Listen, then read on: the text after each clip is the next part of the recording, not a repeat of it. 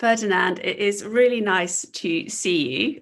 Thank you so much for being willing to chat to us in our real lives interviews. Ferdinand, I have known you for many years, but I wonder if you can tell us a little bit about yourself, please. Thank you, Kathy, and good morning. My early life was shaped by the presence of my maternal grandfather and mother, in whose home I was brought up. I was surrounded by love and it endured tough discipline. At the time, it seemed grievous, but as I grew older, I appreciated its significance in what I turned out to be, and I thank God for that. It also influenced my behavior in the other aspects of my life, including my work ethic. I became accidentally a politician for a period of 5 years. I usually refer to that as national service. And my relationship with my colleagues was greatly affected because it seems that in politics, being as upright as you can is not always the best thing. I don't know whether that goes far enough in terms of what you... No, it opens me up to wanting you to ask lots and lots of questions, Ferdinand. How would you, I'm conscious you're a member of our church family here. And as a Christian, how did your Christian faith impact your working life? I mean, did it impact your working life? Yes, I became a Christian after I left politics and reverted full-time to my farming. And the church where I first attended after I trusted the Lord for salvation is very fundamentalist. I was encouraged to study the scriptures, and whilst commentaries and the like were helpful, my main reference must always be the Word of God itself.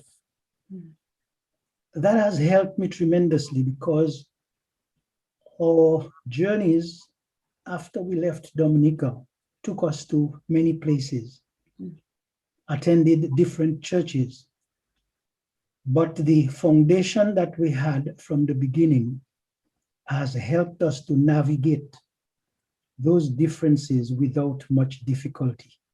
I must confess that in St. Neots Evangelical, we found a church which was not only close to the one we first attended that gave us this foundation, but we believe in many respects even better, especially in the area of church governance.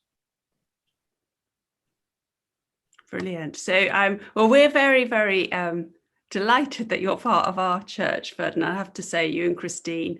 And I'm conscious that although you are not perhaps working in the same way you were, you are still very, very busy and involved in lots of things. How does your Christian life impact life for you today? Okay, reverting back to what I first learned as a child, love and discipline. After I became a believer, in fact, after both Christine and myself gave up regular work and we traveled between Dominica, the United States, and here in England, our primary activity was to help our children and close relatives in the upbringing of their children. We did a lot of babysitting, helping, nurturing the children with love and affection. It gave us great pleasure.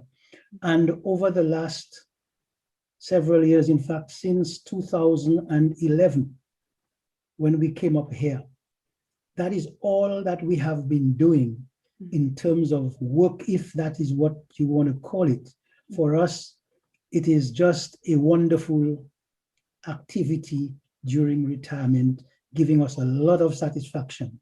And St. Neots Evangelical Church has had a big hand in helping us along the way. Mm.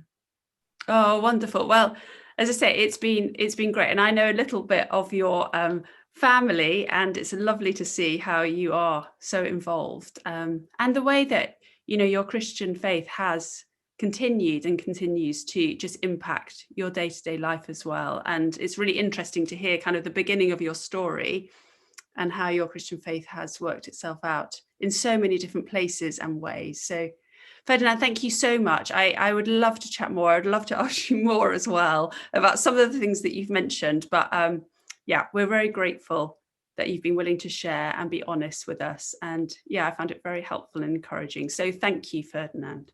Thank you, Kathy. All the grace of God. Oh, bless you. All right, take care. See you then. Thank you. Bye-bye.